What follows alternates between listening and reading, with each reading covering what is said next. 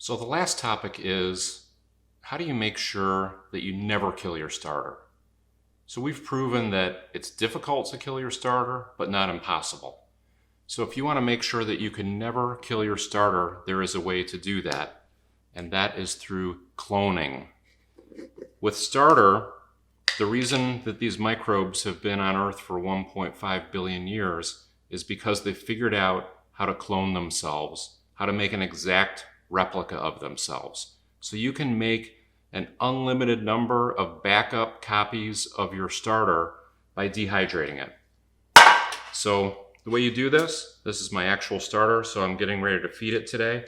Instead of discarding my starter, I pour this out. My 2/3 I pour out onto parchment paper. Then I spread this as thinly as possible.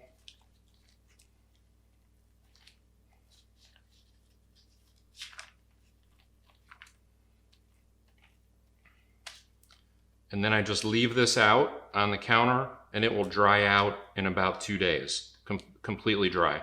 You don't have to put it in the oven, you don't have to put it in a food dehydrator, you certainly could do that. I just leave mine on the counter because it's relatively dry here in the winter. This will dry out in 2 days. Here's an example of a copy I made yesterday, so now I have 2 exact replicas. I have 2 backup copies. This still needs to dry out a little bit more, but you can see it starts to get flaky and completely dry. This is an exact copy of my starter. And then after this is completely dried up, then it looks like this. I made this copy of my starter on January 17th, so that was about 3.5 months ago. I keep this in my pantry. This is an exact replica of my starter.